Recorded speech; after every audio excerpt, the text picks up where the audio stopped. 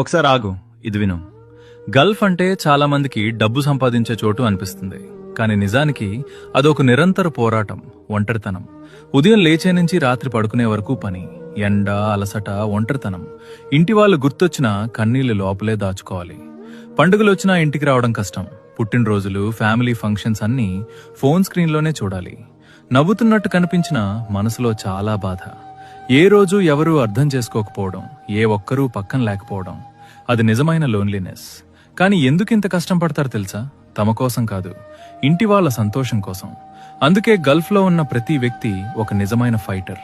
వారి struggles, sacrifices, loneliness మీరు గ్రహించగలరా? చిన్న మాట రాయండి కమెంట్లో. మీ బాధ నాకు నచ్చింది, మీరు నిజంగా ఫైటర్.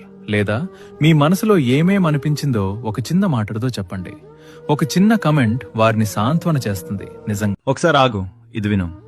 గల్ఫ్ అంటే చాలా మందికి డబ్బు సంపాదించే చోటు అనిపిస్తుంది. కానీ